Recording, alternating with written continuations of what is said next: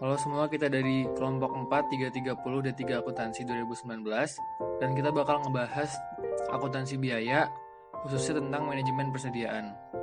Jadi kelompok 4 itu terdiri dari Azanil, Gilang Nata, dan Ma'arif Iksan. Outline dari pembahasan kita kali ini adalah yang pertama purchasing cost, ordering cost, dan carrying cost. Kemudian ada stock out cost. Yang ketiga ada cost of quality. Yang keempat ada shrinkage cost. Yang kelima ada safety stock. Definisi purchasing cost.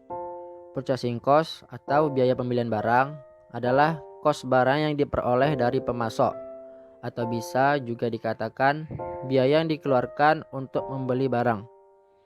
Biaya angkutan barang atau freight in juga termasuk di dalam kos ini. Besarnya pembelian tergantung jumlah barang yang dibeli dan harga satuannya. Pada umumnya, nilai purchasing cost ini merupakan komponen kos terbesar dari beban pokok penjualan. Definisi ordering cost.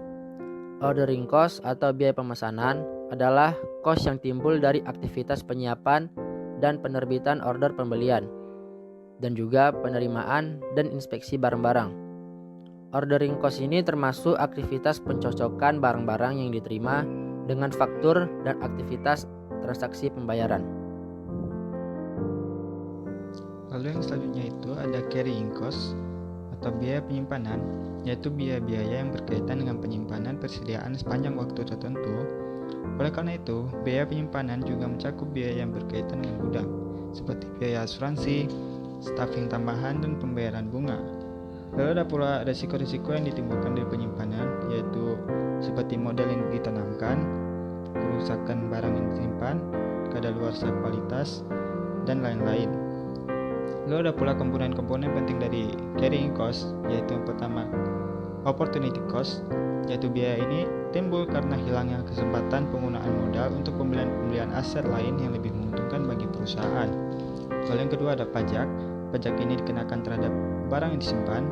Lalu yang ketiga asuransi, yang merupakan biaya yang dikeluarkan untuk menanggung risiko kerusakan barang yang disimpan. Yang keempat ada obsolescence, merupakan penyusutan kualitas dari produk yang disimpan. Lalu yang kelima ada storage, yang meliputi biaya yang dikeluarkan untuk fasilitas-fasilitas penyimpanan barang. Yang selanjutnya itu ada stock out cost. Stock out cost adalah cost yang terjadi karena perusahaan mengalami ketiadaan stok untuk memenuhi permintaan konsumen. Perusahaan harus segera mengisi inventory untuk memenuhi permintaan konsumen atau menderita kerugian karena perusahaan tidak bisa memenuhi order permintaan dari konsumen. Umumnya, perusahaan merespon kehabisan inventory ini dengan cara order khusus ke pemasok untuk segera mengirim barang ke perusahaan. Biasanya, harga yang dibebankan pemasok lebih mahal dibandingkan harga yang biasanya. Keadaan ini tercipta jika permintaan tidak dapat dipenuhi karena kekosongan persediaan. Termasuk dalam kelompok ini adalah ketidakpuasan konsumen dan potensi keuntungan yang tidak terrealisasi. Sangat sulit memperkirakan stock out cost, sebagai gantinya dilakukan perkiraan subjektif. Stock out cost berhubungan terbalik dengan carrying cost. Jika persediaan bertambah, carrying cost bertambah, sementara stock out cost itu akan berkurang. Nah, lalu setelahnya itu ada cost of quality, yaitu cost yang terjadi manakala fitur atau karakteristik produk perusahaan tidak sesuai dengan harapan konsumen. Masalah kualitas muncul misalnya karena produk itu rusak atau salah penanganan saat produk keluar dan masuk gudang. Kategori cost of quality ini adalah prevention cost, partial cost, internal failure, dan external failure. Yang pertama itu ada biaya pencegahan atau preventive cost, yaitu biaya-biaya yang dikeluarkan dalam mencegah terjadinya kegagalan pada proses pertamanya, seperti biaya pelatihan, biaya perencanaan kualitas, penelitian kapabilitas proses, dan vendor survey, dan juga lain-lainnya. Yang kedua ada biaya penilaian atau appraisal cost, yaitu biaya yang timbul saat melakukan penjaringan atau pendeteksian kegagalan produk, seperti biaya pengujian, inspeksi, dan proses audit.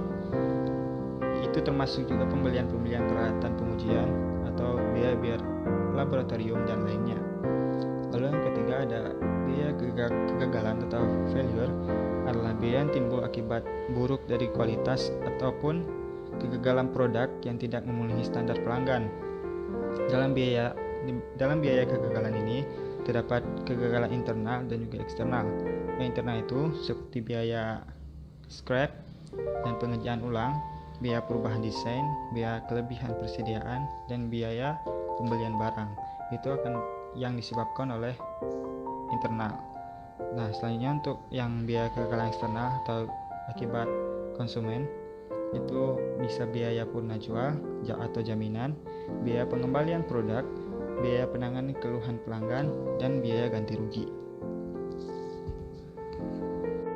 Shrinkage cost. Apa sih shrinkage itu? Jadi, shrinkage adalah perbedaan dalam biaya inventory antara nilai inventory menurut catatan pembukuan perusahaan dengan nilai inventory yang dihitung dengan pemeriksaan fisik inventory atau stock of name. Penyebab perbedaan nilai ini dapat disebabkan oleh pencurian, baik itu oleh pegawai maupun dari orang luar. Kemudian ada safety stock. Safety stock adalah stok tambahan yang disimpan oleh perusahaan dengan tujuan untuk mengurangi risiko terjadinya stock out. Safety stock bertindak sebagai usaha preventif just in case terjadi sales yang melebihi sales yang direncanakan oleh perusahaan. Sedangkan rumus dari safety stock sendiri adalah lead time maksimal dikurang lead time rata-rata dikali dengan kebutuhan rata-rata perusahaan.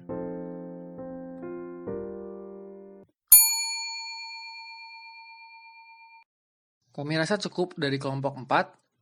Semoga pembahasan kali ini dapat membawa manfaat bagi kita semua, dan jika ada kesalahan kata, mohon dikoreksi dan diberitahu di kolom komentar. Terima kasih semuanya.